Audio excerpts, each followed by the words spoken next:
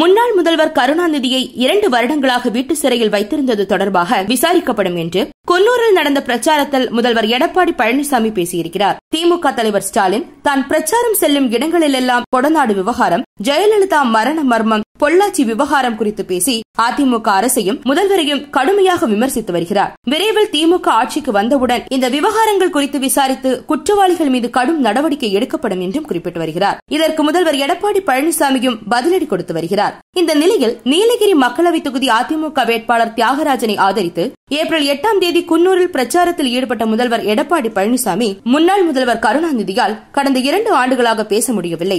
ஏன் பேச முடியவில்லை? அந்த மர்மம் தற்போது வெளிவந்து கொண்டிருக்கிறது. கருணாநிதி நன்றாக இருந்தால் தான் தலைவராக முடியாது என்று எண்ணிய ஸ்டாலின் அவருக்கு உரிய சிகிச்சை அளிக்காமல் 2 வருடங்கள் வீட்டிலேயே சிறை வைத்திருந்தார். கருணாநிதிக்கு வெளிநாட்டில் சிகிச்சை அளித்திருந்தால் நன்றாக பேசியிருப்பார் என்று திமுகவினர் சொல்கிறார்கள். சுயநலத்திற்காக தன் தந்தையே சிறை வைத்தவர் ஸ்டாலின். கருணாநிதி வீட்டில் சிறை வைக்கப்பட்டது குறித்து விசாரிக்கப்படும். ஏனெனில் அவர் முன்னாள் முதல்வர், சட்டமன்ற உறுப்பினராக இருந்தவர். அவருக்கு கொடுமை நடந்துள்ளது என்று தகவல் வந்தால் அதை விசாரிக்க வேண்டிய கடமை அரசுக்கு உள்ளது என்று தெரிவித்தார். கருணாநிதி முன்னாள் முதலமைச்சர், அவர் எம்எல்ஏவும் இருந்தார். அவர் பேச முடியல. ஏன் பேச முடியல? அந்த மர்மம் இப்ப வெளியில வந்துடுது.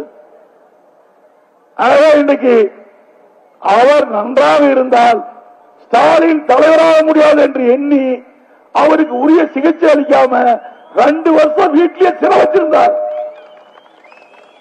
யாரையும் பார்க்கறது கூடாது. இவர் கொண்டு போய் வெளிநாட்டில் உயர்ந்த சிகிச்சை அளிச்சிருந்தா நல்லா பேசியிருப்பாரு அந்த கட்சிக்காரர் சொல்றாங்க.